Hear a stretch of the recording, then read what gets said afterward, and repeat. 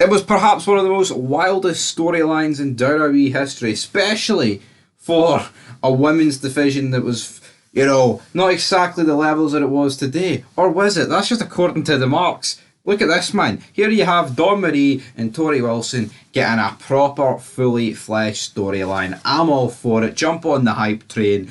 And yeah, this is that time when Al Wilson died, damn it. Well, I'm back, guys, to Fog Wrestling, and we are looking at 2002, 2003, and we're looking at No Mercy, No Mercy on My Soul. This is around the time of the almighty and infamous Katie Fick angle. But you know what, I feel like this one was done better. I feel like that one with Triple H and Kane, it was kind of funny, it was a bit messed up. I'm kind of looking forward to it, to see how that goes down in 2002, like, not in a weird, sick way, but I'm just genuinely intrigued, like, because I've never actually watched the full segment, because I've just not really went out my way to watch it, but here we are, guys. We're going to be talking about Torrie Wilson and Dawn Marie. First off, though, we had seen Dawn Marie previously in 2002 as, like, kind of competing with Stacy Keibler as, like, McMahon's receptionist, but she is first introduced to Al Wilson, damn it, at the No Mercy pay-per-view in 2002. No mercy, I got no mercy on my soul.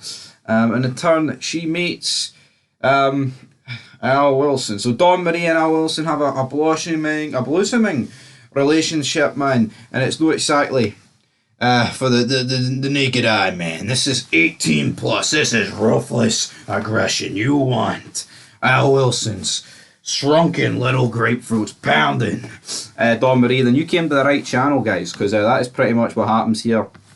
You know, numerous skits build her up throughout the year about these ones are going to get married. It's like Dawn Marie's just marrying Al for all his money and all this shit, man. Things are not looking good. And I think the most, you know, controversial moment of this storyline is what happens at Armageddon 2002. In an attempt to call off the wedding between Dawn Marie and Al Wilson, Torrie Wilson does the unthinkable. Dawn Marie gives her an ultimatum. I won't turn it off, but I will if you come to my hotel room, damn it. And this is like a very weird segment in Armageddon 2002. So what you've got here is essentially a 10-minute unedited segment of where Torrie Wilson comes in a blouse, you know, a gown, whatever you want to call it, and Dawn Marie's there, and they like kiss, and it just goes on and on and on. It's like a teenage boy's fantasy at this point, man. It really, really is. And you know what? Fair play to WWE. Back in the year 2002, 2003, back in the good old days, Attitude Era, Ruthless Aggression. Here is, right, I mean, let's be real, Torrie Wilson, Dawn Marie, in terms of star power on the show, they're nothing.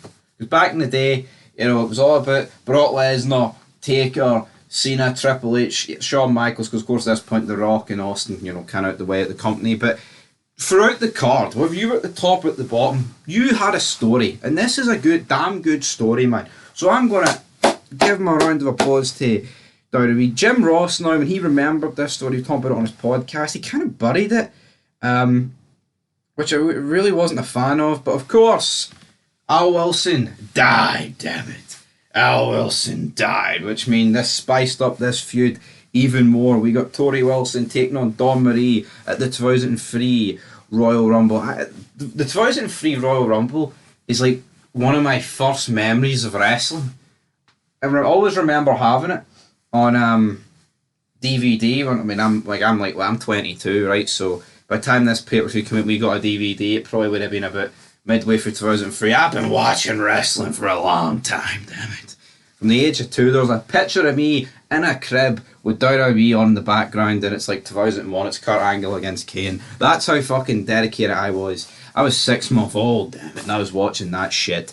You bet your bottom dollar. But at the pay-per-view, Torrie Wilson does manage to defeat Dawn Wilson. Well, technically she is Dawn Wilson, isn't she? The marriage, Dawn Marie, whatever you want to call her. Yeah, but sadly, after this match, it got dropped, which is a shame. You know what? People can bury it, but see the fact it's getting talked about 20 years later, whatever. In my opinion, this was very good. I've actually no real issues with this. I mean, it was fucking hot seeing Don Marie and Torrie Wilson kissing. You know, I'm not going to complain about it, but obviously I'd rather them put on a 5-star match, man. No, no, no, no.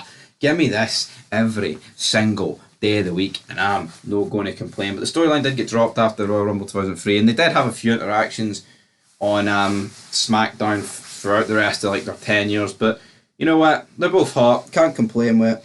And that is where this storyline ended. And I'll tell you what, man. Anytime we do that time when, it's interesting, all the stuff we talk about. It's like, see in 10 years' time, what am I going to be doing from 2023 that time when? Honestly, the only time I would probably do is that time when Eddie Kingston had PTSD from a bunch of fucking fireworks, and that was AEW. Anyway, guys, leave your thoughts down below. That's that time when Al Wilson died. And it produced, in my opinion, a pretty underrated storyline. So until then, peace. Oh, hell yeah.